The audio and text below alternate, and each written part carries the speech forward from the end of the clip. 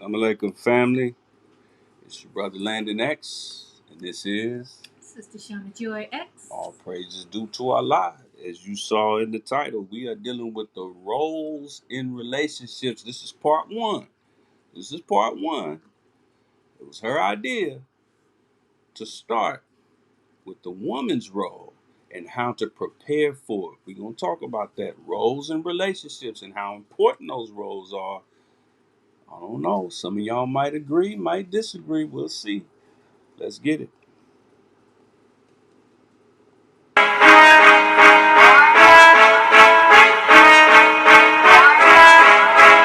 I was told to deliver this message.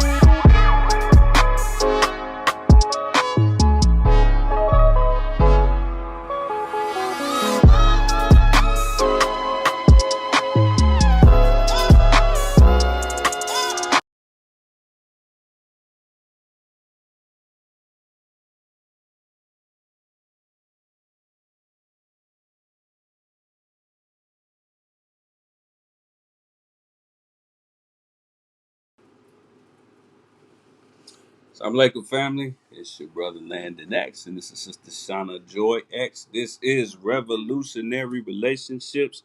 As promised, we're going to hit you up with a heavy topic. I almost said hot, but it's really more heavy than hot because we're dealing with what is essentially the real issue between particularly the Aboriginal man and the Aboriginal woman in America today, in the hills of North America. But let me start off in the proper fashion by saying, in the name of Allah, the Beneficent, the Most Merciful, I bear witness that there is but one God who appeared to us in the person of Master W. Fard Muhammad, to whom praises are due forever, plus 1,000 days, as far as I'm concerned. I'm talking about the long awaited Messiah of the Christians and the Mahdi. Yeah, the Mahdi of the Muslims. I know him to be that. I didn't say I believe him to be that. I know him to be that. Because before he left our midst, he proved who he was by raising a Georgia born black man out of the red clay, deep south of Georgia, raised him up to the point where he could build an $80 million empire at a time when a black man couldn't even pick his own seat on a city bus. I'm talking about the long awaited messenger that the Holy Quran, yeah, that Holy Quran, the only Holy Quran, speaks of when it says that certainly a messenger would be raised for every nation. It didn't say some. It didn't say only the ones of the people who dress like this and talk like that. It said every nation. Yeah, check it out for yourself. Holy Quran, Surah 16 and 36.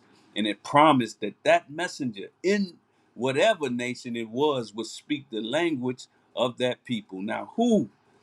By acts and by production alone, not by just what their tongue says, but who matches that description better than the most honorable Elijah Muhammad? Don't even waste your time looking for him. Don't even waste your time looking for somebody else. He is the one. You need not look for another. But how do I even know about the most honorable Elijah Muhammad? How do I even know about Master Fard Muhammad? When Master Fard Muhammad left the scene many decades before I was even born. How do I know about the most honorable Elijah Muhammad and the majesty of his work?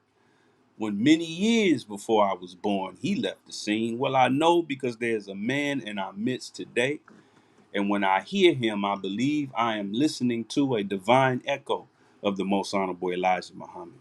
And when I see his actions, when I see him maneuver, when I see his production, I feel as though, and I believe, and deep in my heart, I know that I'm looking at a divine reflection of Master Fard Muhammad, his ways and his likeness, just like it's promised in the Bible that we are in the image and likeness of God. I'm speaking of none other than the Honorable Minister Louis Farrakhan. And in those three great names, I greet the Nation Town TV family in the words of peace. We say it in the Arabic language of Assalamu alaikum. Wa alaikum salam, sir. Shout out to everybody chiming in. Hit us up with your questions and comments. You should have plenty of them. Our community, as far as relationships are concerned, are in too much shambles for us not to have questions and comments. So hit us up. We'll superimpose it over the screen. We see you, Brother K, for real. All praises due to Allah. We see you, Brother Hakeem. All praises due to Allah, too. Now. The Nation Town family. Wa alaikum salam, Brother Hakeem, indeed. All praises due to Allah. Allahu Akbar, indeed. Brother K, for real. Hit us up. Questions and comments. We're going to get it in.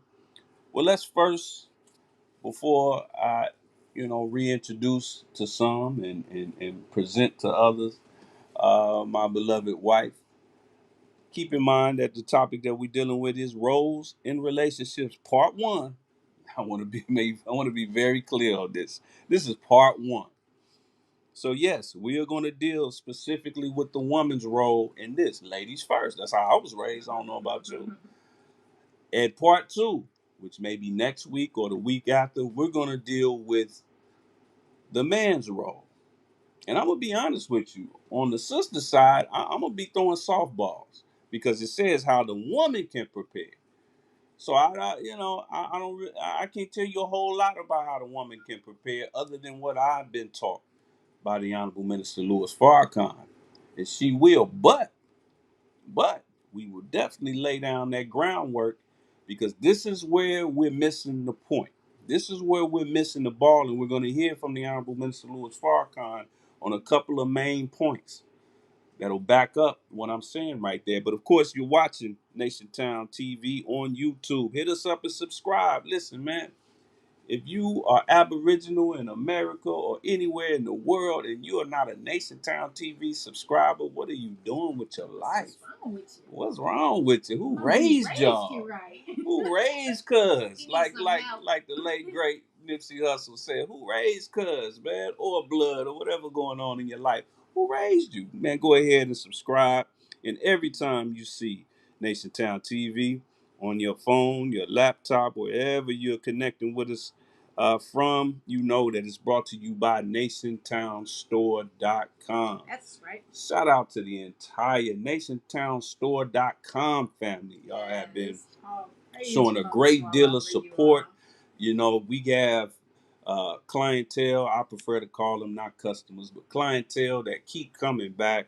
I can tell that some of y'all are real about this separation thing. That's because right. When one bar of soap is gone, y'all go get another one. When one pie is gone, y'all go get another one. When one and I'm also glad to know that the NationTownStore.com family, you wash your backside, because I'm noticing a lot of deodorant and a lot of soap going out the door. So that lets me know that the NationTownStore.com family keeps it clean.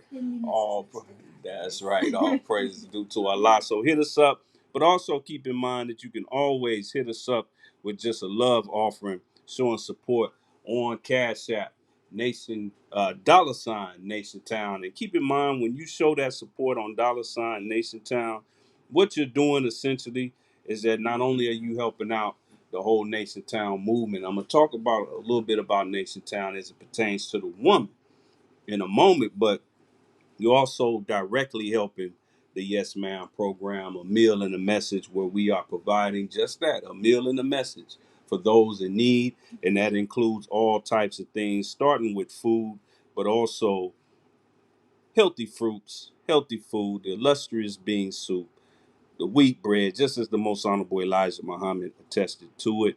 And we give it to our people in need so they can have the same kind of food that we eat. Listen, at least 4 days a week. Man, I got to have bean soup involved with my meals one way, shape, or form, but also PPE products so our people can be safe out there. And coming soon, we're going to be distributing the books of the most honorable Elijah Muhammad, if it be the will of Allah. But again, shout out to everybody that is showing love on Cash App. And that is, again, $Nation Town on Cash App, whether it's $1 or 10 racks. You can go ahead and drop that 10 racks. You ain't gonna do nothing with it anyway, but give it to your slave master. So you might as well give it to your brother and your sister, so we can build something for our people. All praises due to Allah. So without further ado, I will allow not allow, but I must allow my illustrious wife to present herself as well to the Nation Town family. Go ahead, dear sister. Assalamu alaikum. Wa alaikum salam. In the name of Allah, the Beneficent, the Merciful, I bear witness that there is absolutely no God but Allah. He appeared to us so mercifully and beautifully in the person of Master Fard Muhammad, to whom all praise is forever, forever, ever, forever, ever due. I further bear witness that the most honorable Elijah Muhammad, he is his Mahdi, his living exalted Christ, and the first begotten of the dead, the first but not the last, and that the Honorable Minister Louis Farrakhan, he is the Son of Man, Messiah, and Jesus in our midst today. It is in those three great, holy, most beautiful, and righteous, I can go on forever and ever names, that I greet you all, the Nation Town TV family, in the greeting words of peace of Assalamu alaikum. Wa alaikum salam, family. All praise due to Allah. Make sure y'all get this information out there. Share it. Like I said, run outside, scream. Oh yeah, hit that bell when you subscribe to Nation Town on YouTube, so you can get notifications whenever we go live. The most common day we go live is for Nation Town TV live on Tuesday nights. But you never know. We might run up on you on Thursday. We might run up on you on Sunday. So make sure you got that bell click, so wherever you are, whatever you're going through, you can hit us up on Nation Town TV. Hit us up with your questions and comments. I see you, dear brothers. I see you, brother Ace. All praises due to Allah. All praises due to Allah. Let's get it started. Again, we're talking about roles in relationship, not the dinner rolls that you eat on your Sunday meal. I'm talking about the ROLES, the roles in relationships. Part one. This is where we dealing with the sisters. Brothers chime in, but sisters chime in too and listen up as well. Where are we coming from with this? First of all, I want to point out that it's the woman's role and how she can prepare for it. And I gotta really lean on the fact that this is revolutionary relationships. We don't call it that just because it sound cool. The most revolutionary thing you can do as a Aboriginal man or woman is not dress a certain way. It's not claim a certain God. It's none of that. The most important thing you can do is love a member of the opposite sex in that Aboriginal community. That is the most revolutionary thing you can do.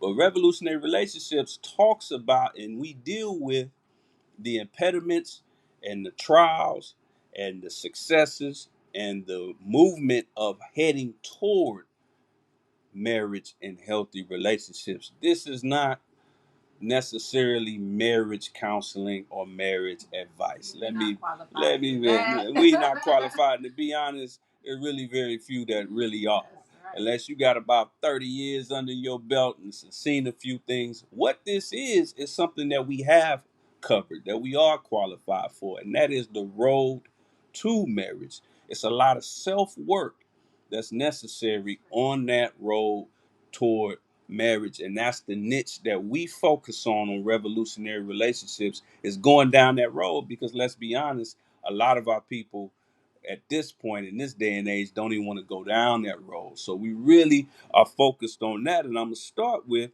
speaking of which, and let me say this, the main reason we're dealing with this topic is because that's the missing link.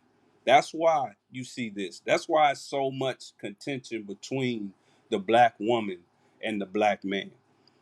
Even between, you see, it used to be you would see a married couple clawing at each other. Now you have single black men. If you pay attention to your timeline, single black men mad at single black women that they don't even know. Mm-hmm. Single Hispanic men, so-called Hispanic, so-called Hispanic, that they don't even know. We mad at each other and we haven't even committed anything to each other yet. But the reason being is because we don't understand our roles. And then you have a situation, thanks to social media, where you have middlemen who are doing more harm than good, mostly because we misuse whatever good they give us. And it causes more harm because we're only using it thinking that somehow we're going to punk the opposite sex into submission. If I go find some dude or some female on social media who can make you feel bad about yourself, then you'll become a better mate for me. This is men and women speaking. Thinking, oh, okay, if I get this dude who I'm not even sure if he's ever been married or she's ever been married or if they even heterosexual at all, if I get them to, if I show you that this person said this, and this, then you'll be so ashamed that you'll just come crawling to me, kissing my feet and begging for my hand in marriage. This men and women thinking like this. So, the contention is at an all-time high, and we intend to break that up by reintroducing, because keep in mind, one of the three major sciences that were taken from the Aboriginal, particularly the black man and woman in slavery, is the science of mating. And when you're talking about mating human beings, it's not like mating bulldogs. You're talking about putting two people together in a family structure and a relationship structure. But here's how we're going to start this, though. In the best way you can start any conversation that pertains to building up the family and the Aboriginal community. But shout out to everybody chiming in. I see you. All praises due to Allah. We see you, dear brother. He said, wa alaikum salam. He says, your brother Bilal in Manchester, all praises due to Allah. The official MNIB. We see you, brother. England. Shout out to England. We got the UK in the building. In the virtual building, as the brother says. He's 1:45 a.m. Wow. I did not know that is 1:45 in a.m. in England. Appreciate you for all rocking praises with us. Due to Allah. It's such a early time. All praise belongs to Allah. Thank you. All praise thank due you to for Allah. the great work that you all are doing while our minister can't be over there. They thought That's they right. kicked him out. Oh, y'all right. started something. You all are holding it up. Yeah, brother got that fire lyrically too. Don't sleep. Don't sleep. He said it's Monday morning at the overnight, still away with y'all in my ears. All praises due to Allah. All praises due to Allah. Shout out to everybody chiming in. So what we're going to do, we're going to start off with the words of the Honorable Minister Louis Farrakhan. Real short and sweet. Straight to the point. And I want y'all to listen carefully to Brother Minister Farrakhan. As he breaks down, he has the solution. He has a solution for this. He got the solution that these middlemen ain't quite grasp. And he explains it in about 5 seconds. Listen up. So this fighting business has to stop. And the only way you can put a stop to male and female abuse of each other is you got to play your role.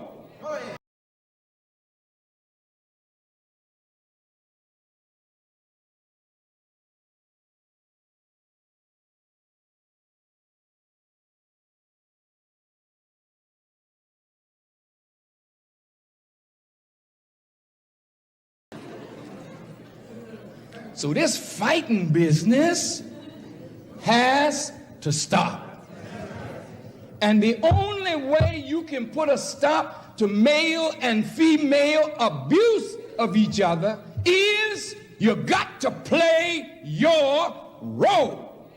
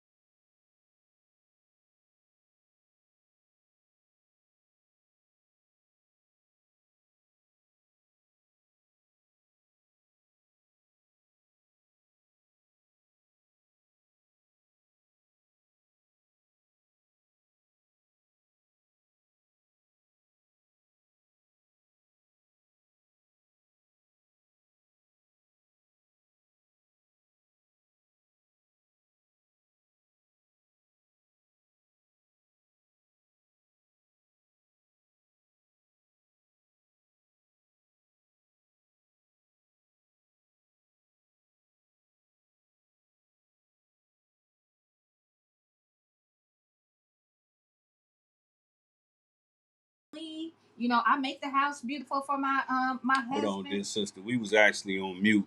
Oh. So again, I gotta repeat this part. Shout out to the Nation Town family for hitting us up. But I gotta point out this part. She came up with this topic, so I want her to explain exactly why she came up with this topic. So if y'all got any problems, any complaints about the content that you're about to hear, direct all your emails and all your complaints to Sister Shauna Joy. Go ahead, dear sister, explain why you came up with this topic. So, you know, one of the motivations for this topic was a video that I saw circulating on the internet. Basically, a brother was asking the sister, "What do you bring to the table?" He's saying, you know, I work, I pay all the bills, you know, and what are you bringing to this? What are you bringing to the table right now? The sister, on the other hand, was saying, "Well, I keep the house. You know, I do the laundry, I clean, I cook. You know, I make sure the children are taken care of." But there was, with both of these, if you look, you would seem like, man, what's the point of contention here? You know, sounds like she's doing her part, sounds like he's doing his part, but there's still contention between the two. The brother said, "Well, look here, you cook." I can order a meal service to deliver meals already pre-made to me. You clean, I can send out to have my laundry done in an hour. Like, he's like, "So what are you doing?" And he literally said, besides the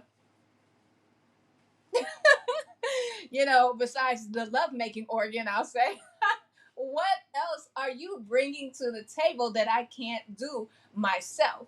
So there was a huge area of contention. So I'm sitting here, and the thing that was left out, in my humble opinion, is the sister is not being a helpmeet. Okay, now don't look at us like that Muslim stuff. You know what I'm saying? That's that black Muslim stuff. No, you may, if you dust off your Bible, see the term "help me" in the Bible. You will find that term HELPMEET, help meet, in the Bible. This is a biblical term. So that was the inspiration for me, because from what we are taught, and the understanding that I have been gaining from our lessons is that we must be a help meet for our husband. All those other things are great. All praise belongs to Allah. Please cook, please clean, especially if that black man is a BMW, a black man working.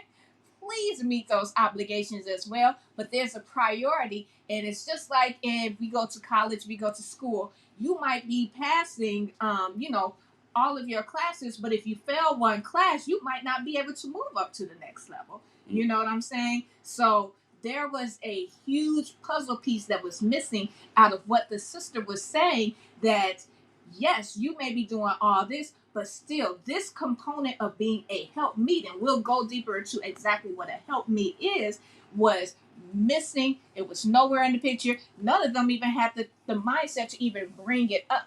So that was the motivation for me for this topic. All praises due to Allah. Shout out to brother Malcolm Flex, brother Alfonso. Hey, forever a part of the Nation Town TV family. All praises due to Allah. And if you go to brother's page on Malcolm Flex TV on YouTube, the brother, as well as brother Ben X and brother Cam, I believe, did a fantastic video dealing with the controversy with Kevin Samuels. And we mentioned that one of the issues to us not understanding that our roles are the real missing link is the fact that we got a lot of what we call in the Nation of Islam mixed instructions. Right. We do not take on mixed instructions. And I got to play this again. The clearest instruction is this right here. So this fighting business has to stop. And the only way you can put a stop to male and female abuse of each other is you got to play your role. I just don't think there's a better way to put that, but there's a lot to be understood in that language. Just like it says it insinuates in our lesson. So let's get into it. First of all, what does it mean, your role? Well, first and foremost, shout out to everybody chiming in. Hit us up with your questions and comments. Make sure y'all share this message, get it out there. If you're on Facebook, we got a Facebook link that's already been posted on Nation Town on Facebook. You can go ahead and share that as well. And again, this is Nation Town TV, brought to you by NationTownStore.com. Hit us up, show us some love on Cash App, $ Nation Town. And this is Revolutionary Relationships, like you see up there at the top of your screen. Now, you know, this is Nation Town. We don't like to just talk without explaining. And we're taught in the Nation of Islam to always get to the root of the word and know what the word actually means. So what do we mean by role? Let's dig into the word role. As you can see, it says right here, an actor's part in a play or movie. But check this out. It also has a secondary definition that says the function assumed or part played by a person or thing in a particular situation.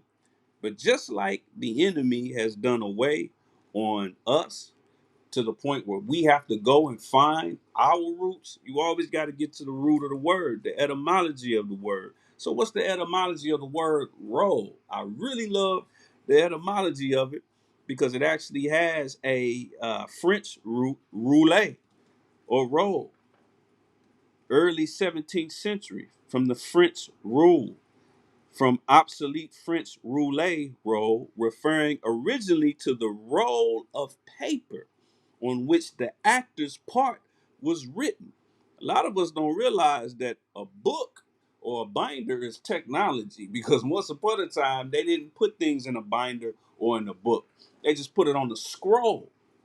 And then every message was sent out on a scroll. And if you were doing a play, an old Shakespearean play, and Shakespeare himself was directing it, he handed you a scroll, and then you unraveled that thing, and it told you, oh, okay, I'm supposed to, say all that funny style old English language. But that's how it works. So when he handed that scroll to you, that was your role.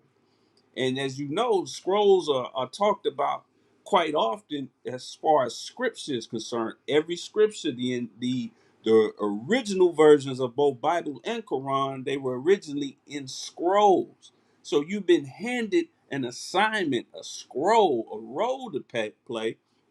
But the issue is we not quite playing that role. And if you think about it, that does not that is unacceptable in any other fashion. The only place we accept it is when it comes to relationships. Imagine it like this. Like, for example, you have multiple organs in your body, right? And each organ in your body, from your brain all the way down to the rest of your body, they all have to play a role. If you wake up one day and your brain wants to operate like a heart, because you 30 years old, and so that means your brain been thinking, doing all the thinking, been firing off all the thoughts, at 24 billion miles per second, and you ain't feeling that. You tired of that. Your brain is tired of that. Your brain want to move on to a new level, want to do something else. That's old school. Only back in the day did brains produce thought at 24 billion miles per second. That's old school. Now it's a new day. Now the brain is supposed to breathe for you, right? What if your brain decided to start becoming the breathing function of your body? And let's say that your lungs said, you know what, I like how brain is thinking. Brain is trying to do something different. I'm tired of breathing. I want to be the thinker. I want to think. I can think. Hell, I'm an organ just like he is. I can think. So now your lungs are trying to think and your brain is trying to breathe. What physical condition are you gonna be in? As soon as your brain and your lungs decide to make that decision, it's a wrap for you. We gonna be posting on Facebook and Instagram. May Allah be pleased with so and so, cause what happened to him, man. All the doctor said is that his brain was breathing and his lungs was thinking, and it's a wrap. It's a wrap. And you look at your household situation. If you're in a place like California, it gets hot in the summer, so you expect your AC to play its role. You expect that AC contraption to blow out that cold air. What if it was 115 degrees outside and you turned on your AC that you paid top dollar for, and all it was doing was blowing hot air like it was a heater? What condition would you be in? Huh? What condition would you be in if it was negative 20 degrees outside? Shout out to all our family on the East Coast and the Midwest. And then you turned on your heater that you paid good money to maintain and to keep working. And then it was blowing out cold air like it was an air conditioner. What condition would you be in? When we look at our cars, we love our cars, right? Everything up under your hood has a function, a very particular function, right? You have an engine that has its rods that are firing off, those pistons firing off. You got your battery, which holds down the electric side of things. Even in these electric cars, each thing has a function. You got your radiator. What if your radiator wanted to be the brakes one day? And here it is, you mash on the brakes. Where you going? What's happening? What if your engine says, you know what, I'm tired of being the engine. These pistons been firing off for years, man. I'm tired of that, man. I want to be the battery. I think I can keep the lights on too. Hell, I'm the engine. What if your alternator or your, as they say, transmission, your tranny, decides that it wants to start operating in a different fashion? Then what happens? How far are you going? You're not going very far at all, because something under your hood, just like that brother, is not playing its role. But I want to go back to these images that I just showed y'all. These images, I didn't just have them up there for play. We got the sister right there. She hot. Sister right there again, she cold. Brother right here, man, he frustrated. He late for work, man. Old car done broke down on him, man. But notice all these pictures has a victim. See, it was the AC right here that didn't play its role. But look, there's a victim, the sister.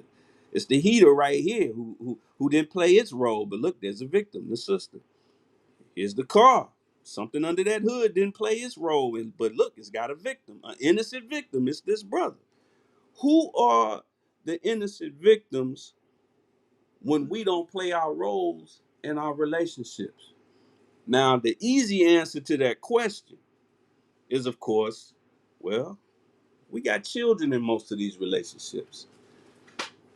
But it's deeper than that. Yeah. It's deeper than that. The victim is not only the children, who are the most immediate and most impacted victims of broken homes. I saw a wonderful post today on Facebook where a sister was ashamed of herself that, she always focused on trying to break the cycle of broken homes, and she feels like she failed. I don't want to agree with that, but that's something that we got to work on. But not only is it the children that are the victims, our community suffers. You can't have no community with a broken home. You can't have a community and the man and the woman are clawing at each other. Why do you think the police run up and down our communities ripshod like the Gestapo? Because, hell, we don't give a damn about each other. You know what I mean? It's like an old Martin Lawrence joke where he was talking about he went up in somebody's house and it smelled like urine. He said it smelled so much like piss, he just pulled down his pants and started pissing too. Because he went into a situation where nobody gave a damn. But not only does it affect the children, not only does it affect the community, but it affects our own sanity. And that's why you see certain things from certain people, not only with celebrities, but just in the streets. We've lost our damn minds because there's an issue with us playing our roles. Go ahead, dear sister. Yes, no, that's completely. That makes me think of a conversation that the minister said that he had with some sisters. The sisters came to him and said, brother minister, me and my other sister were talking, and it seems like there's no good men in the world. And the minister goes, well, yes. And she goes, well, what do we do? And the minister had to bring it back to them and said, well, beloved, you produce all of the community. You can produce all the society that we see. So it comes back. It comes to us. What piece is missing in the production of the children of the community of the people that we are lacking in.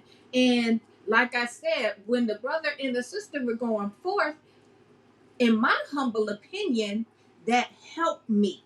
That was the missing piece. So let's go ahead and tackle, what is a help me? What is a help me? This is something that comes from a spiritual standpoint. And the devil has pushed us away from, God and anything, I'm just doing me. I'm spiritual. I don't deal with the Bible. I don't deal with the Holy Quran. And I was there. I've been there, done that. Trust and believe. So that we're lacking very key knowledge. Whereas if we delved into those poison books, the poison book, excuse me, is just the one. If we delved into that poison book with the knowledge to be able to sift, we can pull out the good and use that for our betterment. So the roles that we have been given have come from our enemy. The enemy, all he tells us, all you got to do is cook and clean, sis. That's all you got to do. Take care of them kids, make sure they, off to school, that's it. No. The role of a woman and a wife and a helpmate goes way deeper than that. We're taught in the Nation of Islam that for every physical aspect, you have a spiritual counterpart. Now, the spiritual counterpart of the role of the woman is to be a helpmeet. What a helpmeet means is to help that man meet his obligation to God, to help him meet his obligation to Allah, Jehovah, whoever you want to call it, the Most High. But we're upside down because the woman has been placed over the man has been placed under the woman, and God ain't nowhere to be found. So that's the issue. The roles have been given to us by our enemy, and the roles have been switched up, and vital pieces have been left out. You have a child born without a heart. That's deadly, you know. So yeah, everybody else, the lungs, the brain, everything else is working fine, but you're gonna hurt. Yes, you ma'am. you you're in trouble there. So the role of the helpmate, which is the most important role in my humble opinion, is to help that man to meet his obligation to God. Why is that so important? Because you can't submit to a man That's that's right. not submitting to God. You know, we can't leave that out of the equation. Sister named everything. She knocked down all the pins. Look, I keep the house beautiful. It's stunning. It looks like home and gardens. I cook and clean all day. You got a fresh meal. The children look good when they go out. You know, and I'm holding it down in the bedroom. But the man is still unsatisfied. That's right. Because even though we might not know that we might not have the cognition to know, something inside is telling him the main component is missing. So I don't know what to tell you because I can get everything else that you given from an app. You know. All praises due to Allah. Shout out to everybody chiming in. We see you. We see you. Brother Malcolm Flex, all praises due to Allah. Brother K for real says teach. Man, man, man, man. The brother says the enemy has us reading off the wrong script. That's right. Remember what the Exactly. role is. We reading off the wrong script. Got us playing a role. We get mad when we see a black actor play a buffoon role or play a gay role. Man, why they always gotta have us playing a gay role? Why we always gotta be a thug or a gangster and all of that? But what kind of buffoonish roles are we playing in our own households? To hell with Hollywood, put that to the side. We really don't have time for too many movies and TV shows. What's going on with the plays and the scenes in our household and in our own minds? But keep in mind, this is about the role of the woman and how she can prepare for it. Now, for those of you who've been down with Nation Town TV and Revolutionary Relationships for a while, you know that when we started this off, we started it off on the basis of the comprehensive courtship manual, and we have not come off of that. In fact, if you want a copy of the comprehensive courtship manual, all you have to do is hit us up directly, either here on YouTube, or the best way is to hit us up with a direct message on Facebook at Nation Town TV, and just hit us up with your email, and we'll send it to you. All you got to do is send us about $1.3 million, and I'm just playing. We're gonna give it to you for free 99, 100% free. All you gotta do is just shoot us your email so we can get it over to you. But speaking of that courtship manual, early on in that manual, it breaks down a very key point. When we're out here and we're looking for a mate, it says we expect Allah God to make the right choice because he knows all about the person whom he chooses. It's speaking about how Allah God chooses a messenger, chooses someone to do his work here on earth. But it also says this is why courtship and marriage is so important in the process of selection. In the word courtship, we have the word court. Whenever matters are brought before a court, facts have to be discovered for a decision or judgment to be made. In a trial, there's something called a process of discovery, and that's real talk. I work in the legal field. Discovery, as tedious as it is absolutely necessary. But when it comes to courtship, not only do you need to have discovery down on your potential mate, but also you got to discover yourself. One of the things that the best attorneys do when they're about to go to court, they take a look at their own client, which in this analogy would be yourself. They take a look at their own client and they'll break it down to the smallest details. They'll say, you know what, you can't show up to court next week with them cornrows. Here, go to the barbershop, go get a fade. I know you like wearing football jerseys. Nah, not today. We want to present you in the most humane way possible. Here, put a button-down shirt on. If they're trying to make a sister or a female who's a defendant look innocent, they'll have her dress up like a school mom, like somebody's grandma. She can't come in there with high heels on and a short skirt if she's been accused of of robbing somebody or taking advantage of some man for his money. They want to present her in a way. So you got to start looking at yourself when you're going toward that process of courtship. So it's discovery of your mate, but first discover yourself. What are the flaws that you got to deal with? Shout out to everybody chiming in. We see you all. Praises due to Allah. I got a lot of comments. Sister Yasiel says, yes, sis, Shauna Joy, women and or mothers today are not the women and mothers time, like my grandmother's generation and before in training up the children properly. That's real. That's real. There's a lot of reasons why that's changed, but that's real. That's a fact. Brother K. Frill said in that order. And then our brother says, our legendary brother West Coast Cam wrote an excellent book titled War in Your Heaven. That's our brother out here in Los Angeles. Shout out to brother Cam. Shout out to brother Marcus. That whole family, all praise due to Allah. Brother Reuben, all his children. He got a brand new granddaughter that was just born. Brother Reuben, that's a beautiful family here on the West Coast. But he says in which it unapologetically goes over what's being discussed today. That's a fact. That's a fact. Brother Malcolm Flex says, that's right, teach sis. All praises due to Allah. Brother Malcolm Flex said, I needed y'all Thursday night. All praise. Nah, man, y'all held it down, man. Y'all had a big three going, man. Y'all had it. Y'all had it. Brother Abdil says, Assalamu alaikum, wa alaikum salam. Brother King and Sister Queen are on fire, man. All praises due to Allah. Thank you for tuning in. Sister Yasiel says, yes, Sister Shauna Joy, the black women and or mothers are not the same as the black women. I think that's what she said before. Brother K, for real, all praises due to Allah, says that part. Collective Minds Radio. Assalamu alaikum. Wa alaikum salam. From Bro Montoy out of Moss 28 from the Lou. Shout out to St. Louis, almighty St. Louis. We got a wonderful sister out here who's originally from St. Louis, Sister Aaliyah, who was born and raised in that mosque, and now she's out here in Los Angeles. My sister leaving all the boys? Yeah, she from St. Louis. All praises due to Allah.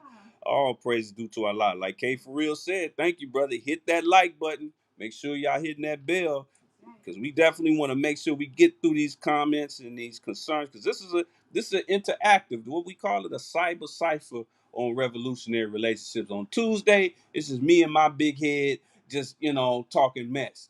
But on revolutionary relationships, this is absolutely interactive. Shout out to my mother. My mother, all praises due to Allah. It's actually her biological mother, but she my mama too. I stole her. She says, I'm enjoying hearing you both continue to keep the lines of communication open in your marriage. Yes, ma'am. I take that as an instruction. So now what we're gonna do, we're gonna dig deeper into what the woman's role is and how she can prepare for it. Remember, this is not marriage counseling. This is about getting us back ready to get into the institution of marriage. And I want to point something out, and I'm going to point it out right after my beloved queen makes a comment, but I want to point something out about Nation Town and how it relates to a woman's role. But go ahead, dear sister. Yes. We're taught that you have us as a woman, we have to be the nurturer of our husband. You have to speak life into him. You have to bring him peace and contentment of mind. You are his heaven, and you are supposed to make his home a heaven for him as well. And those all of that sounds so good when you're like courting and you're not in the thick of it, and it's like, oh yeah, I got that. I can do that. But what we want to focus on today is how, because once you get into the thick of it, the how is going to be the hardest aspect. How to prepare. Exactly. You have to prepare. You have to study first yourself before you can even get in the marriage and study your husband. You have to study yourself first. Absolutely. And remember, we talked about how to get prepared for that. But I want to say something about Nation Town. Nation Town is called Nation Town for a reason. It's not called Shauna Joy Town. It's not called Brother Landon Town. It's called Nation Town because when you go to any town or any nation, there are two main components that you always see. You see an economy, That's why we have nationtownstore.com. It represents the economic aspect of it. But then on top of that, you have the communications. Every town, I don't care if that town got 300 people in it, they got a newspaper. They have a connection to it. Even if they're real small, then they get the news program, the local news from the closest big city. And a lot of mid-sized cities have their own news programs, their own NBC, ABC affiliates and whatnot. So you always see an economy, and you always see an actual communications hub. So, but another thing about a town, the reason people live in towns is because they can get all the things that they need in that town. They can go and travel, they can go and leave town for work, they can do all kind of things, but they live in that particular town and city because they have the resources and they have the comfort in that town that's adequate for them. One problem black folks have, and it's a problem because we get it from slavery, is that we got this plantation mentality. You can't stop a Negro from talking about his hometown. You know, man, I'm from so and so, back so and so. We got this, we got that, we got like, hold on, we? What do black people own in your city or your town? Let's talk about that. But we love talking about the things that we like or that we love from our hometown. But look at the things that we describe. We describe the beaches. We describe the architecture, the design of our city. We the food. We love bragging on the food. We the amusement, the ambiance. Oh, I miss my hometown of Miami and seeing the beach and the sunset and all that. Oh, I miss my hometown of Texas, in Texas. I miss this city or that city. And then we probably, if you're from the South or from the Midwest, you might love the hospitality of your hometown. These are all the things that a woman should set the standard for in a household. Your house is a town.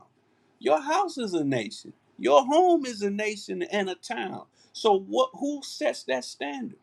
That what brings a lot of peace and contentment to a man's mind when he can come home and he can see good architecture, meaning that it's designed well, things look good.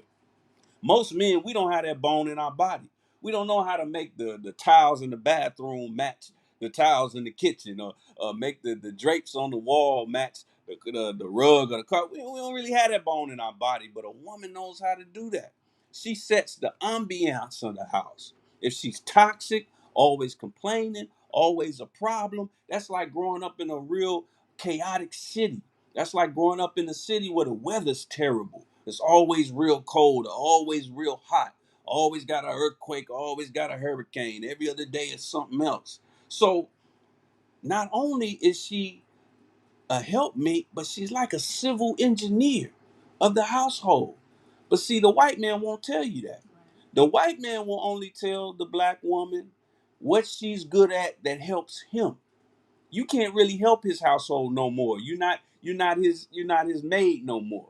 But you can help him as his secretary. You can help him as his partner. You can help him as an executive over the marketing department. You can help him as another lawyer on the firm and all that. So he tells the woman that that's the most important thing you can ever do, is what you do outside of your house. But the most important thing for everybody is the kind of home they live in. You're going to spend more time at home than you will anywhere else. You're going to spend more time at home than school, more time at home than work, more time at home than anywhere. And it's where you go to recharge. So a woman got to ask herself, what kind of civil engineer are you? How are the roads? How do you keep the lines of communication, like my mother-in-law said? That's like making sure the roads are paved and not raggedy like they are in Compton. Shout out to Compton. That's how you make sure you don't have gridlock with traffic. Is there an open door? How does your husband feel when he comes home? Does it feel like he's still in traffic? Does it feel like he's still outside because it's raining on his head? You got to ask yourself the questions. Go ahead, just sister. Yes, and yeah, my husband is completely right.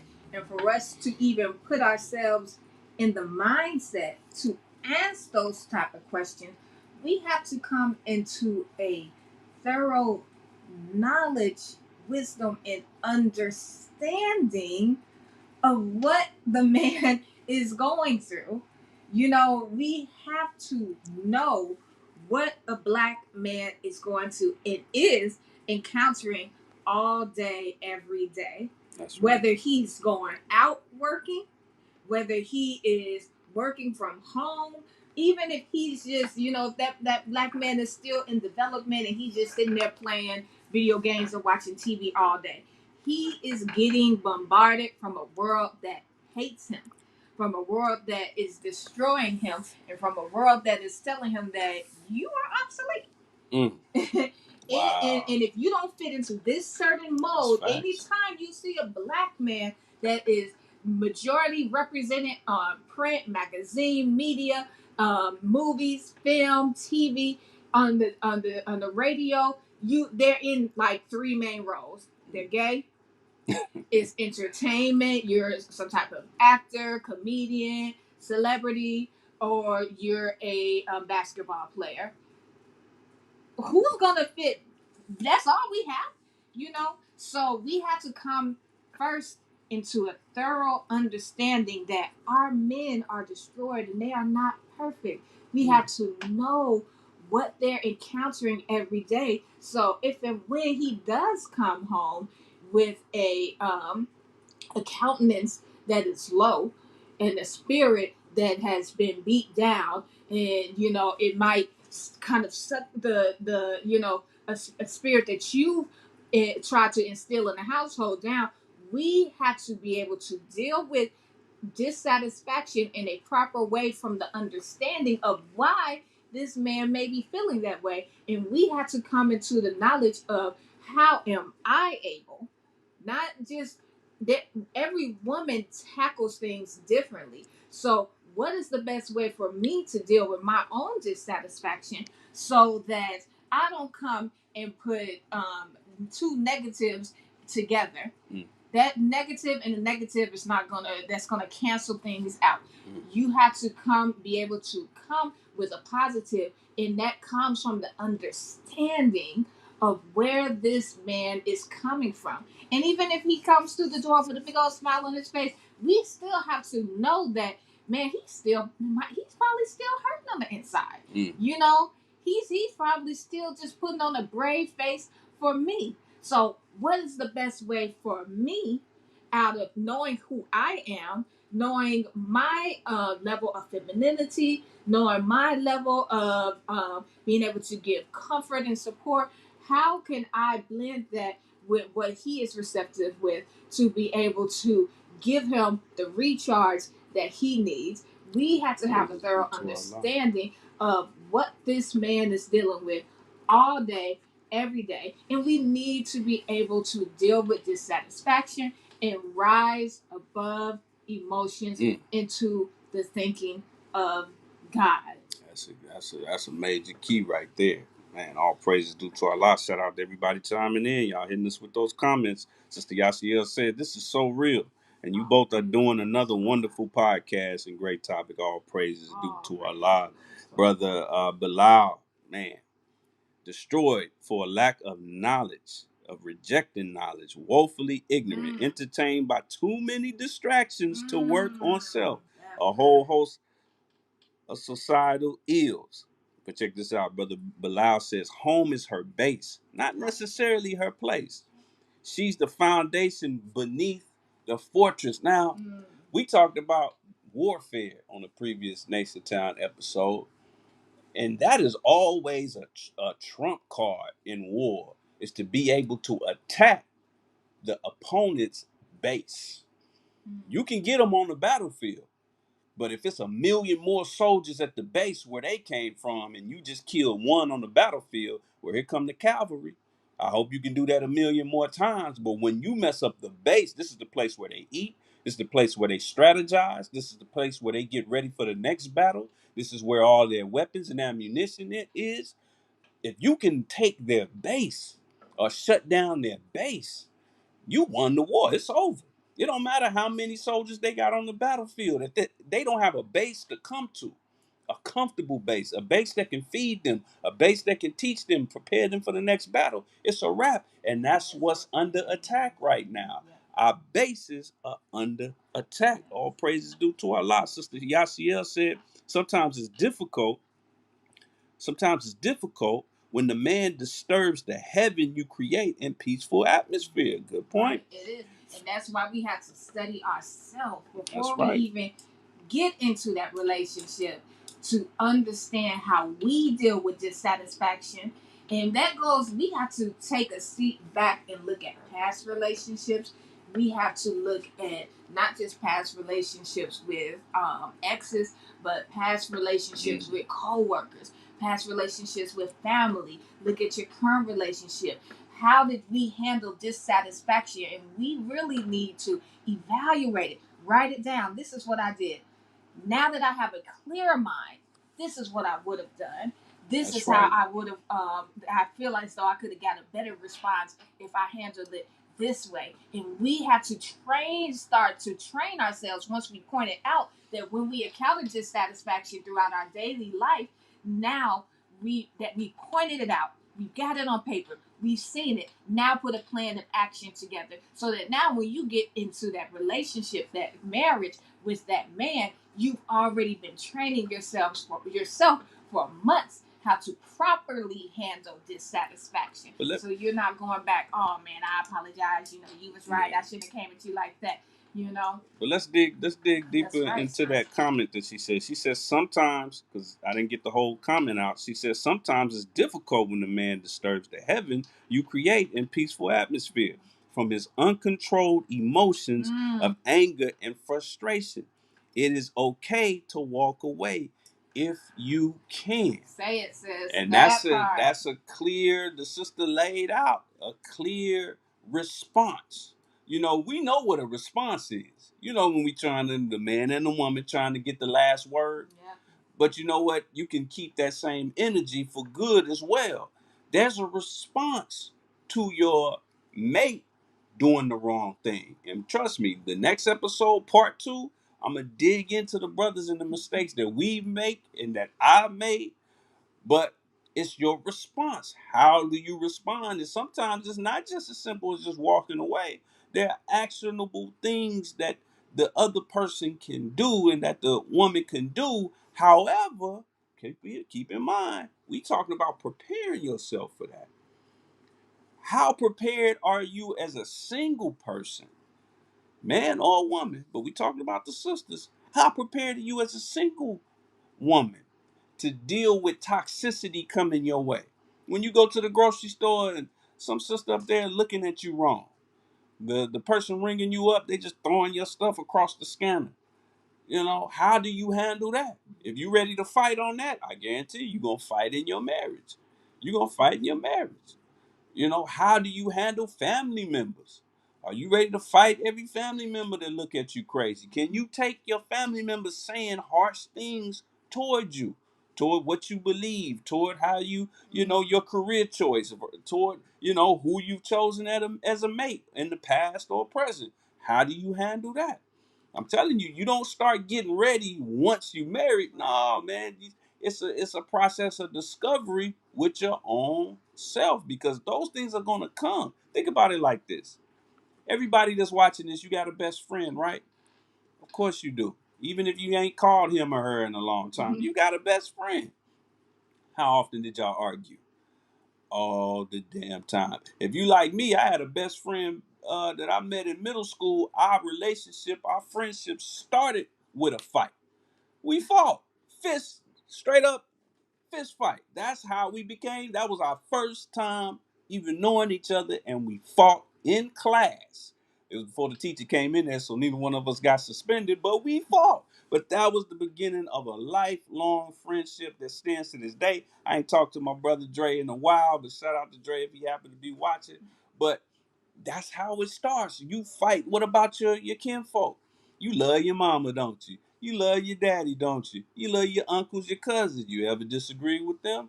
Okay, so if you disagreed and fought with mama, daddy, sister, cousin, uncle, you disagreed and fought with your so-called best friend that you call your best friend.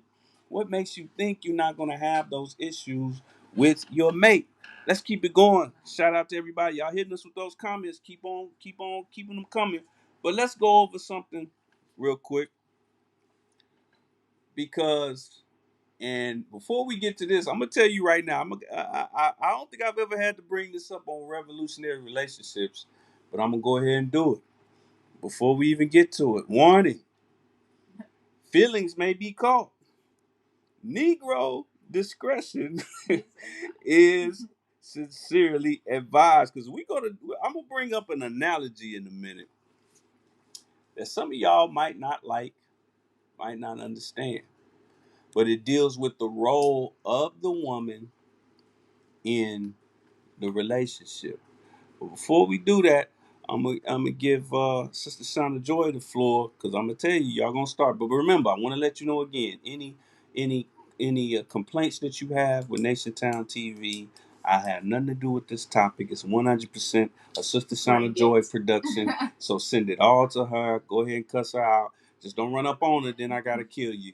But go ahead and send all your concerns to her. But go ahead, this is Another thing that I noticed, and I saw this personally in myself, is that the woman femininity has been like just frowned upon with the modern woman. Come on. You know, to be feminine is to be weak now. You know, this is the mindset. You know, and we have a lack of femininity. You know, no, you're supposed to be independent. I can do anything a man can do. I'm strong like a man. I want to be a football player like a man. Like, whoa, pump your brakes. You know, now we have lost a femininity about us that helps us in every aspect of being a helpmeet for a man. That femininity helps us to be a nurturer.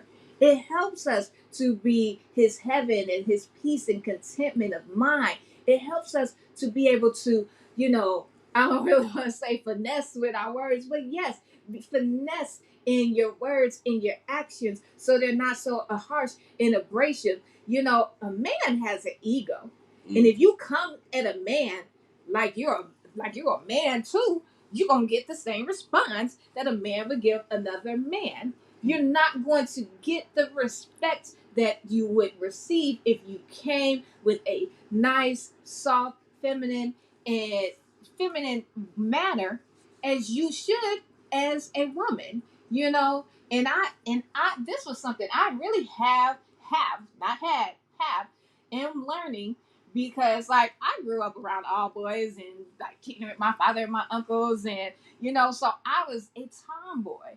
And you know, a lot of things that, you know, most girls aspire for, like, oh, to get married and have children. Like, I didn't have none of that inclination until I was like older in life. You know, like, I'm cool, kicking it. You know what I'm saying? Who does that in their 20s? What? Where do that? I got a question though. Go ahead. Now, I hear what you're saying, that the sister is this trend where sisters are really being conditioned to take on a very masculine demeanor, masculine position in life, you know, and some of that is our fault as men. But how can a sister that's obvious, because really every sister is a lot more masculine today than she would have been if this was 1965. Let's just call it spade. Even the most, you know, so-called submissive or feminine sister, she's a lot more masculine today than she would have been years ago. And a lot of that is based on the idea of necessity. She feels like she has to be. But how can a single sister, because that's what it is. That's our problem. We bring a lot of our own single flaws into a marriage situation. How can a single sister identify that she has that issue and deal with that issue while she's single to get us? Because we always say that. I hear sisters say it all the time. I hear brothers saying it now since they watching Kevin Samuels so much. I'm working on myself. I hear that more than ever, but I see it less than ever. How can that sister work on herself to make her more supple, more feminine in her approach before she even gets into a marriage or even a courtship? That's an excellent question. Well, like I said, it goes back. We have to take a step back and, for one, take yourself out of the victim role. Take yourself out of the victim role. Take a step back and do some self analysis. We have to do some self analysis on our current life situation, our past situation, and also what we are aspiring for in the future. And that's gonna be hard. Like oh man, I don't even want to bring it up because I can't quote the sister 100%. But basically, we have to you really have to come at yourself from a standpoint like you're in courtship with self. You know, you have to put yourself on. We have to put ourselves on trial, sister. Good point. We have to look at all of our past relationships and the shortcomings, and we have to analyze what was said. Okay, he said that, you know, I'm always yelling. I yell too much. I'm always in his face. I'm pointing. Da, da, da, da, da. Now let's run it back in our minds. Did you do this? Dang, yeah, I did do that. Man, where did that come from? Where did I get that behavior from? And then we got to go back to the root of where this behavior came from, and we have to address it, understand that's wrong. You know, man, maybe I saw this is what I always see when I was watching Real Housewives of the Hood. You know, when I was watching Real Housewives of Compton. You know, I would always see the sister flipping the table on her husband and jumping in his face and like, man, did that get me the desired result? No. Okay. So now we got to talk. Now we got to do some self examination or self. The word escapes me, but we have to now. We have to do some analysis now that we pinpointed what the issue is, and we taking responsibility for it. And then we pinpointed where that came from. We pinpointed that this is not productive for us. Now, I was doing that. What else could I do that may have be able to give me a more positive result? It's not just about inflaming his emotions and getting him up and riled up, but yourself. We need to analyze ourselves when we're doing something and now we're all fiery. This fiery gin is jumping. That in yourself, that's telling you that's not feminine. That's not right. What is something that I can do? Like the sister said, walk away. I remember my mom used to tell me that when we were young. Go and tell if somebody's messing with you. My daddy would tell me fight. My mom said, if somebody's messing with you, count to 10. To ask them nicely to stop, count to 10, or walk away. We might have to revisit that again because we're going to have to figure out what is going to get the desired result from us. That's not from through our own actions.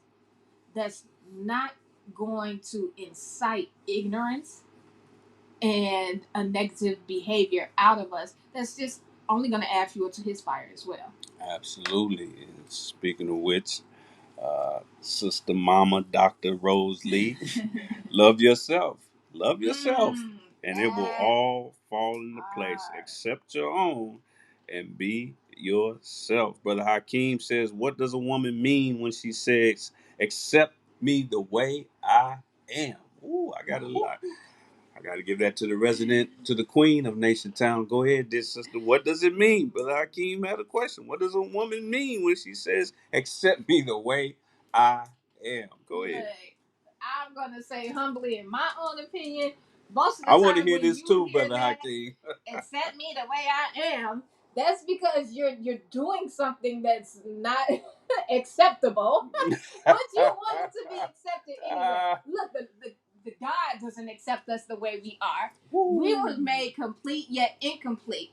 So we are still like the rod that we're taught means that the God raises us up into levels of perfection. This is the Allah is the he raises us up a thing into perfection. So we're not perfect. So if we were to just accept me the way I am, Allah would have scrapped the whole earth with all of us. Because no, we're not meant to stay at the level that we currently are. And most of the time when you hear that somebody is doing something that they know they shouldn't be doing. They're acting in a behavior that's other than themselves, and they just don't want to accept the responsibility to change. So that's my humble opinion. Absolutely. Accept me the way I am. And I can't We speak. trying for perfection. We trying to grow. I can't speak for the sisters, but really generally when we say that, accept me as I am, you know, it's true to a certain degree. As we say in the Nation of Islam, you can come as you are. That part. You just can't stay as you are. We'll let you in the door as you are. But when people say that, what they're really saying is, I'm married to my flaws. I'm married. We had a wedding, we had the nuptials, we had the reception. Everybody was eating chicken and fish, and we did the electric slide, and was listening to Frankie Beverly and all them, and it was so fun. And I'm married to everything that's a flaw about me, and I don't care enough about you or the institution of marriage or even my own children or future children to change that. I don't care enough about my community and my people. I'm married to that because it's so much easier and more comfortable to just be the nigga that I am. Leave me alone to my niggerdom and get the hell on. I'd rather be lonely. I'd rather be by myself. And this is men and women now saying this. This is what they really saying. They're saying that I don't want to work on myself, but I think everybody around me should work on themselves.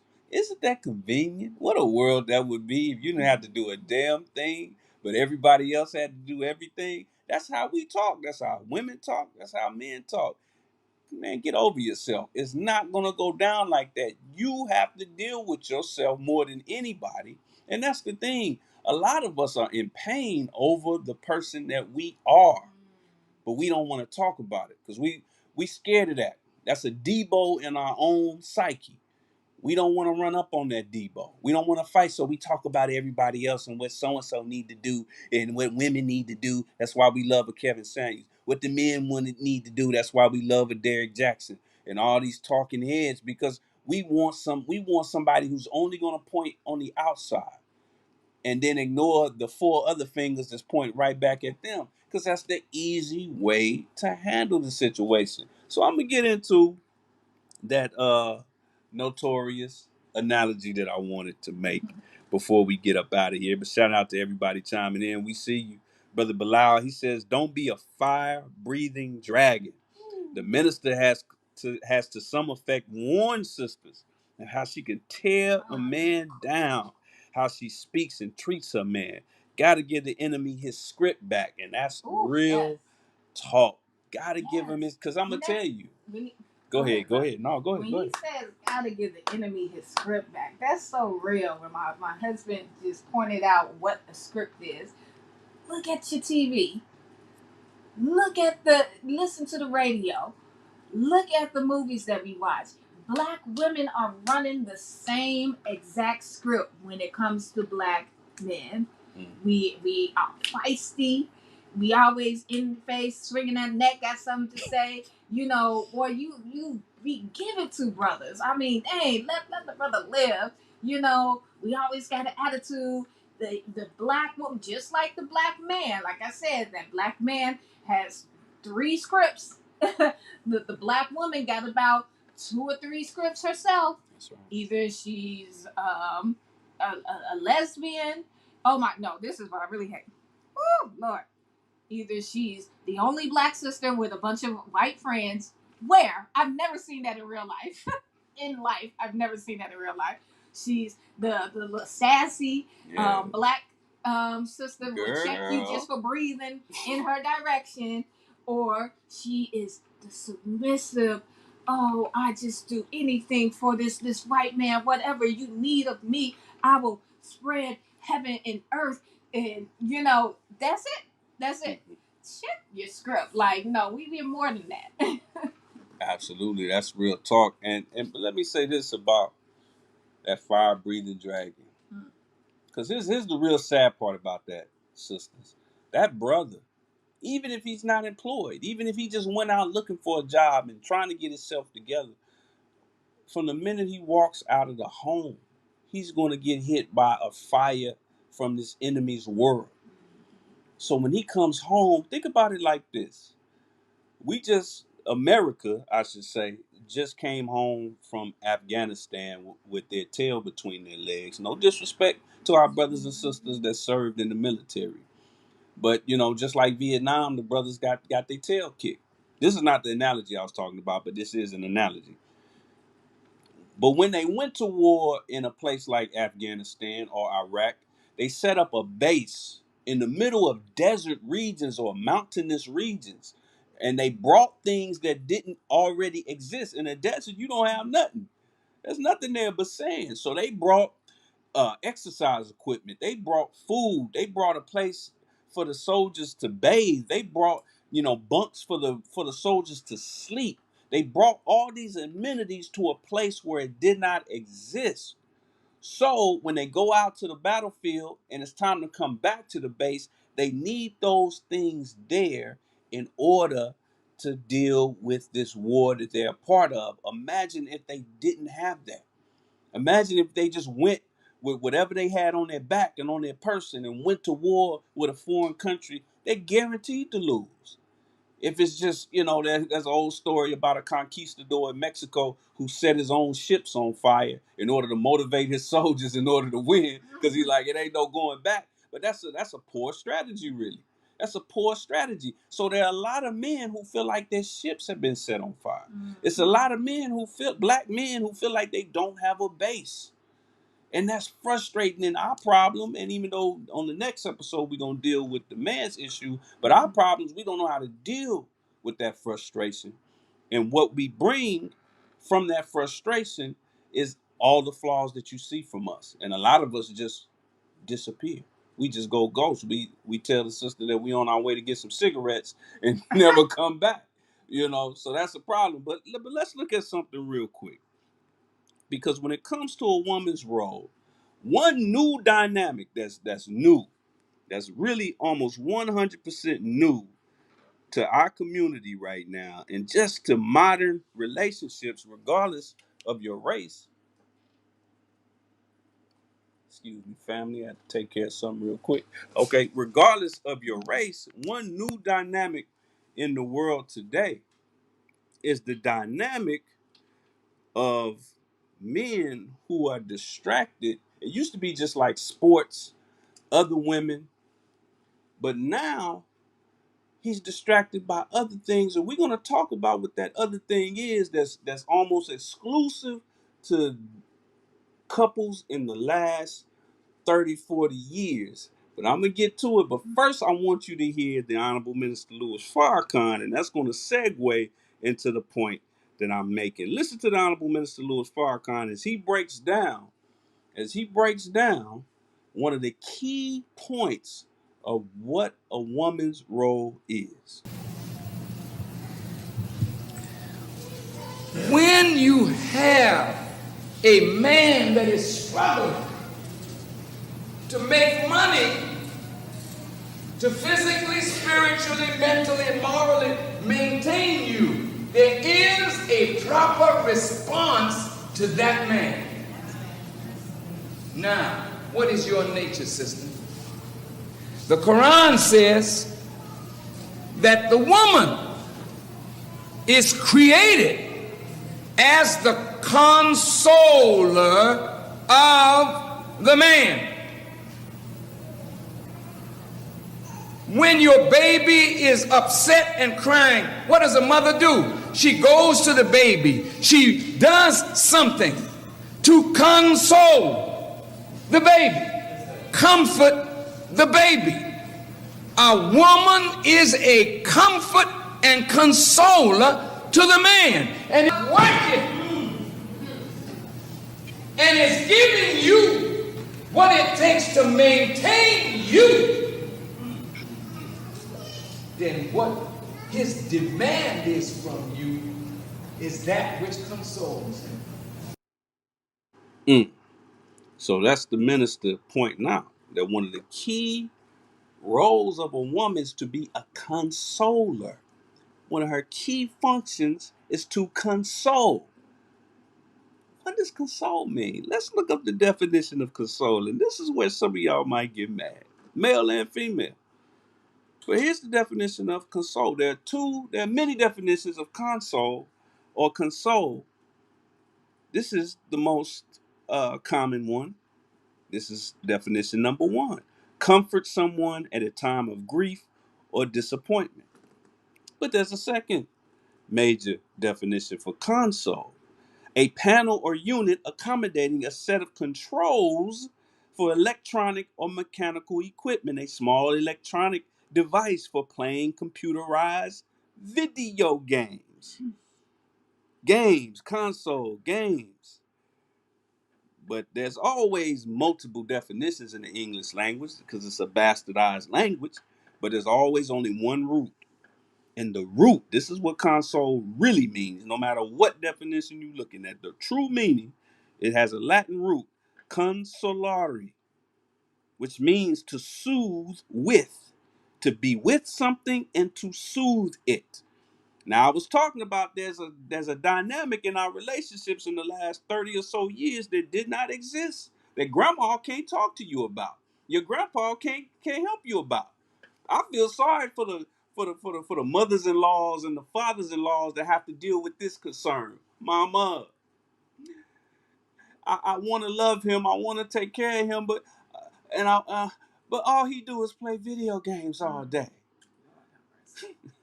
Now, by the grace of Allah, I kicked my sports addiction and my video game addiction long before I met my wife. But this is a real issue. And first of all, there's nothing wrong with playing video games. But what a sister has to ask herself, and brothers got to do the same thing with what sisters love. We'll talk about that on the next episode. What a sister got to ask herself is, when it comes to being a consoler, what is it about that video game console, that brother loves so much? I remember back in the 90s, they had that was the beginning of the console wars, where Nintendo and Sega was spending billions just going head up with each other. Nintendo won. But they were competing to console the consumer. But man, you want to find a black man in 2021 in his most joyous state. Catch him on Madden, Call of Duty, roasting somebody. I mean, he's so happy. He's so joyous. Peace and quiet of mind. Now, the game is making a lot of noise and stuff, but he's so happy and joyous. Instead of just being mad at the video game system, the video game console, sister got to ask herself, what is it about a video game console that consoles that man so much, and what can a sister learn from it? Now, again, I'm not a video game player anymore. I haven't even owned a video game console in about a decade. I ain't knocking nobody that does. It's just I got other things to do. And I was killing a lot. I was burning a lot of time with sport and play and playing video games. But it's a number one means of pastime for a lot of men. So, but what is it? So I got to thinking about that when the minister said console, because when I was a teenager and a child, that's when I heard the word console, not with male-female relationships, but video game console wars. But I looked up that word, and then I started to look, I thought about it, I said, damn, I get why grown men will stand in line to spend a G for the new PlayStation. But will watch Kevin Samuels and say, F these, you know what. It's something that video game is giving that maybe women ain't quite giving. There's something about it. Let's look into it. So what I want to do, I want to look at some of the things that the man sees in the video game system that he loves so much. Brother Bilal said Super Nintendo SNES was the console of my day. That's right. I was a child when it dropped it out. Grew it in time for when Allah blessed me with real console. And that's still consoling me 18 years later. All praises due to Allah. When I was a child, I thought as a child, all praise. But let's look at the video games, though. Let's look at the video games. Let's look at them. First and foremost. Because like I said, brothers are so enamored with grown men now. But before we go any further, first and foremost, I got to give this warning as well. A woman is not a game and is not to be played with. This is only an analogy for y'all to open your mind, think outside the box. I'm not saying that the woman is a game and she's to be played with, but just pay attention. Just pay attention. She's not for play. The following is only an analogy. If you struggle with analogies and thinking outside the box, that's probably why you struggle in relationship. No, I'm just playing. I'm just playing. Laughing but very serious. Smile, as the messenger always says in his writings. But let's get to it. What are some of the reasons why video games make a black man so happy? So happy. First of all, why men love consoles. One, they challenge them. Playing video games is a challenge. Sisters is probably seeing that and like, yeah, that's why I cuss him out, because I'm challenging. Oh, whoa, not so fast, my friend. They challenge him, but there's another component to that. The video game challenges them, but it remembers and rewards their accomplishments. I saw a video on social media where a brother lost his mind because his girl destroyed his memory card. Because that was all the work that he did, all his accomplishments. The video game console never forgets his accomplishments as long as he got that video card, that memory card. So, yeah, sister, challenge him, make him a better man. But every step he takes in the right direction, remember it and reward. Be his memory card. Be prepared to be his memory card. Oh, what's number two, though? Why does he love the consoles? Number two is a big one. A video game submits to the controller functions, period. Nothing worse, all my video game players watching, nothing worse than a game with bad controls. You pushed up, but the man went down. You hit B, but it was like you hit A. And then your homeboy is killing you on Madden, and it feel like your controller ain't even working yet. You will never play that game again if the controls are bad. You looking like this. You hate this game. So when the controls are not submitting, you pushing A but getting B. You pushing up but getting down. That's a game that brother don't want to play no more. Another reason why he loves the game console. The challenge is rooted. Pay attention. The challenge is rooted in the player's skills reaching the level of the pre-programming of the game. I'm going to say that again. The challenge is rooted in the player's skills reaching the level of the pre-program. Who is the pre-programmer of the woman? Black woman is the second self of God.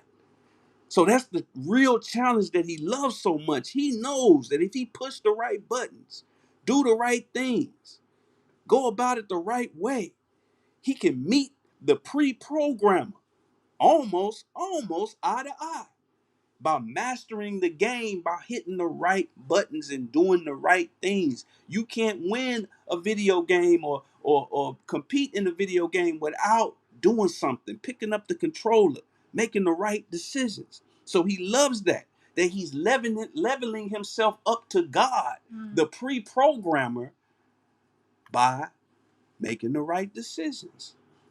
Number four, why men love game consoles. He's encouraged by the game to get to the next level.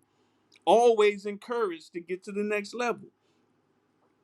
The worst and least fun video games seem to be the ones that are programmed for you to fail. That's the game you'll play once and never play again. When you feel like as soon as you powered it on, the game was just working against you. Yeah, it's supposed to challenge you, but when you feel like it don't even want you to win, you don't even want to play that no more. When you realize it's not about skill, it's not about practice, it's just a game that you ain't supposed to win. You don't want to play that no more. That's a waste of time. It's number five. Why men love consoles. They look good. The graphics have gotten better over the years. You thought Mortal Kombat was the ish back in what, 94, 95? And that's what you love. They look real. It wasn't like Street Fighter. They weren't cartoons. And over the years, the graphics just got better and better. They they didn't change. They didn't start going backward and being like, well, we've been doing it. We've been making games for 30 years, so we gonna go back to supermarket. No, no. They get better and they get better. Just like the black woman, she gets more beautiful as she ages, especially when she takes care of herself. So we love that about the video game. Here's something else that also relates to the graphics. Number 6, video games are amazing yet realistic. Those are the, like, when it comes to our obsession, most males, most grown men that are obsessed with video games, the games they play are really games rooted in reality. Call of Duty, that's a war game. Madden, that's a sports game. 2K, that's a sports game. The more real, Grand Theft Auto, that happened every day in the hood. The more real it looks and the more real it feels, but yet amazing, the more fun and the more we love that game. So the black woman is automatically amazing, but if she's realistic with her standards, she's realistic with what she wants out of life, she's realistic about what she wants out of you, that's comforting. And we want to play that game over and over and over again, even if we got to shut out the rest of the world in order to play it. That's why a lot of women beef with video games, because they notice that it just takes the man's entire attention. Last but not least, why men love game consoles. The consoles are consistent. Actually, this is next to last. They are consistent. They are always there. That brother knows when he comes home, unless he got robbed, that game is dead. All he got to do is press power. That's all he's got to do. I'm just letting you know, sister. Don't get mad at me. I know you probably wonder, why don't he ever? Look at the game and how it is. Brothers can do the same with the things the women love, but pay attention. Pay attention. Now, here's last but not least. Why does he love the consolation of a video game console? Once that video game has been programmed by the original programmer, I want to be very clear, because when a non-original program affects a console or the game, that's a bug, that's a glitch, that's a problem. Either it needs to get fixed or you need to throw it away. But once it's programmed by the original programmer, the game does not respond or submit to any outside influence or control without the player's consent. You can probably upgrade a new information that EA Sports has sent with roster updates and roster upgrades, but you have to consent to that. But they don't respond or submit to any outside influence. Your video game don't have no friends that hate men. Don't have no man hating friends. Girl, I don't know why you let him play you like that. You should make him play with the Toronto Raptors, right? Why he always playing with the Lakers? Girl, if he picked the Lakers, just automatically turn into the Milwaukee Bucks. No, the game ain't gonna listen to no other program but the original programmer. Once again, who is the original programmer? God. God. A good woman is only listening to either God or somebody that's teaching the same program as God. If it ain't the same program as God, she ain't listening. She ain't listening. Now, some of y'all might be saying, shout out to everybody chiming in. I know somebody hot at me. Somebody might be saying, well, wait a minute, bro. Hold on. I'm a woman. I'm a female, and I love video games too. That's real. It's a lot of sisters these days that play video games. That's a real thing. But here's the thing. Y'all don't love video games quite the way we do. It's just like sports. You got female sports fans, but you got brothers who will come to blows over a LeBron MJ or LeBron MJ Kobe debate. Or you talking mess about our favorite team. We'll be ready to fight you. I ain't really seen sisters on that level. But this proves, for all the sisters that love video games, that proves that women understand the value of a good console, because she sees some of the same things that brother sees. Well, sisters, if you're a video game player and you see the value of a good video game, then that tells you right there that that's a real thing, because the video game is really just emulating you. It's trying to take your place. Every computer program is trying to emulate human response and human thought. Every computer program that sits down and programs code, they're trying to make a duplicate of humanity. They're trying to do the same thing God did when he created you. So, in the means of console, what's the main console that men are in love with today? Unfortunately, it's the video game. I'm not a video game player.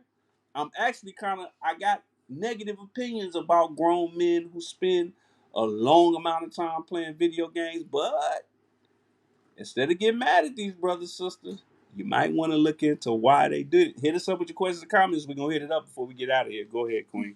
So, in closing, my closing point is, how we have to know, excuse me, we have to know not what the world says our role is as a woman, because as we, I would have had the clip. I apologize, you all, but as the brother said, hey, I can get all that from an app.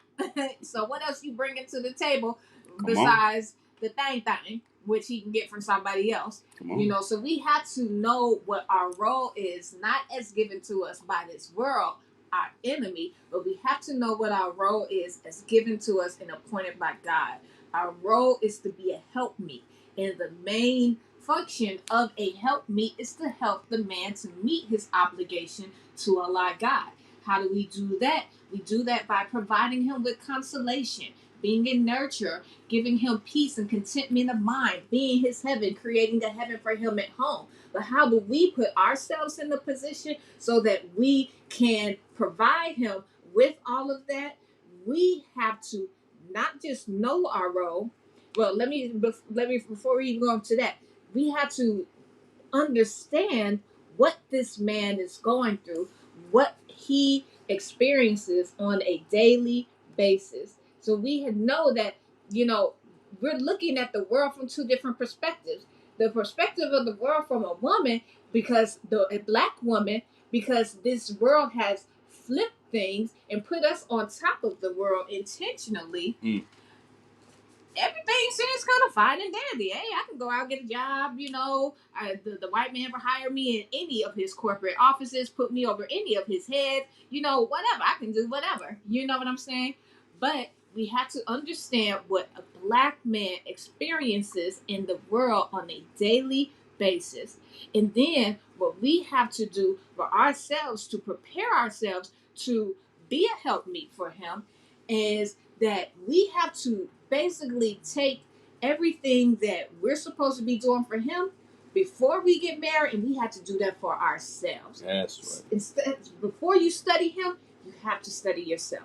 You have to nurture yourself by going into yourself and healing those wounds. Self-examination, self-reflection, self-examination, then self-correction, all of that. Be your own comfort and contentment of mind. Because when we get all upset and fiery, does that feel good? No, it doesn't feel good. So all of that we had to kill, like the Bible says. I believe it was Paul or Peter. I kill myself every day for the Lord. We have to kill ourselves. We have to kill those aspects of ourselves that are negative and non-productive.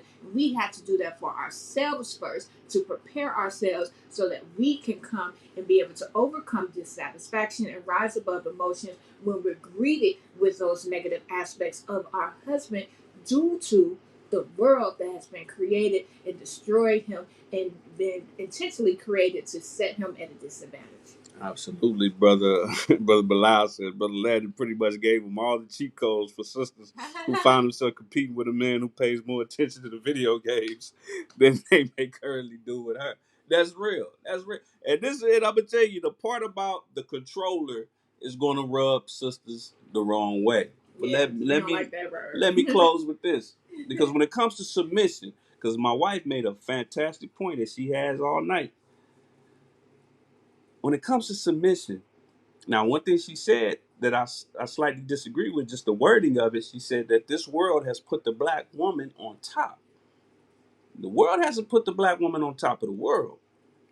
This world has put the black woman next to the white man. Sisters, ain't nothing wrong.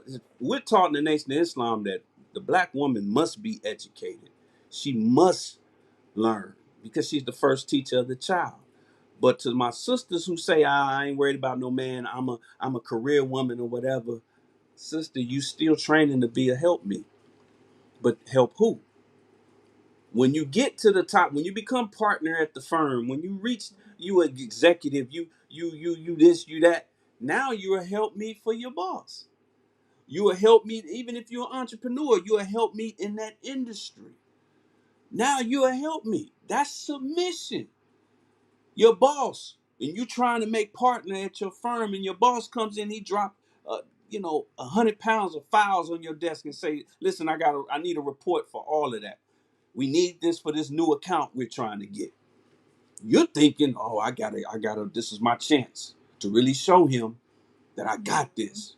Now you can't kick it with your friends this weekend. You can't do all the stuff. You're gonna miss all your favorite shows and all that kind of stuff. You're gonna be toiling over this work all weekend, but you're trying to help the company that you work for, the company that you own, meet certain levels of success.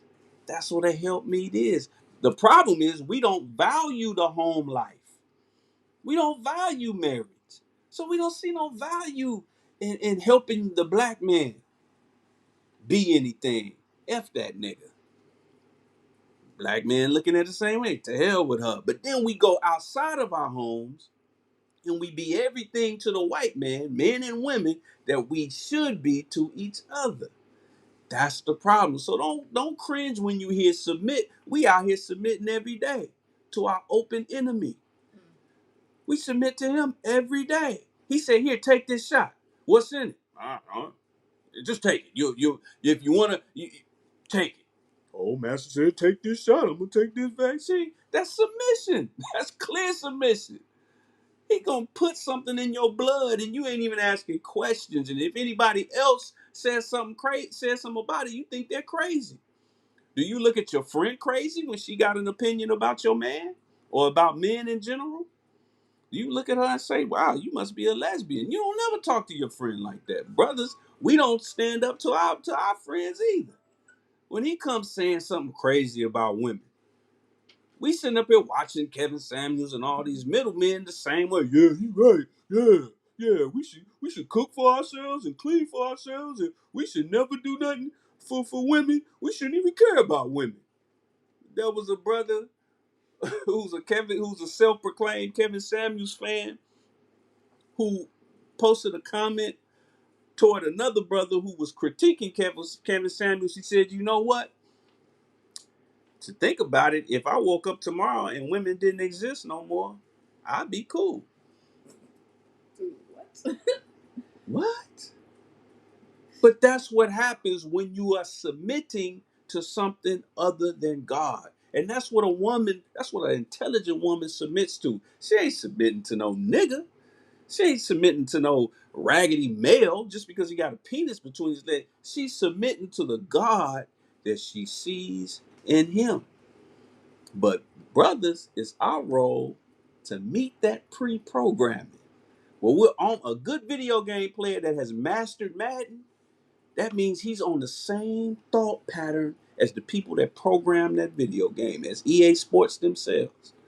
So that's something to think about as we go to that next part of dealing with the role of the man, part two. And I'm gonna go in. If I fail to make the sisters mad today, I'm gonna make the brothers mad on the next episode. Please believe, because I'm gonna keep it real. I'm gonna make myself mad. When the show is over, I'm gonna go somewhere and punch myself. So with that said, family, we appreciate y'all showing love to us. We went a little bit longer than we did. There was so much interaction from the Nation Town family, and we appreciate that. Keep showing us love. Keep showing up. We're gonna continue to get you as the best content that we possibly can. But I'm gonna leave you as I greeted you in the words of peace. And before we get out of here, we're gonna hear from the minister one last time on the same topic, and I'm gonna also turn it over to my queen to do the same. Hey, that's it. You know, we're gonna close out with the minister. All praise belongs to Allah, because all we're striving to do is to give you the same teaching and the knowledge that we have been blessed to have. So let's hear from the man himself, the Honorable Minister Louis Farrakhan. Thank you so very much, family. We love you. We appreciate you. Don't forget, like this video, subscribe, click that little bell, and go ahead, share it with your family and your friends. And thank you all. All praise belongs to Allah. Y'all have a blessed night. NationTownStore.com. Show us some love. Assalamu alaikum.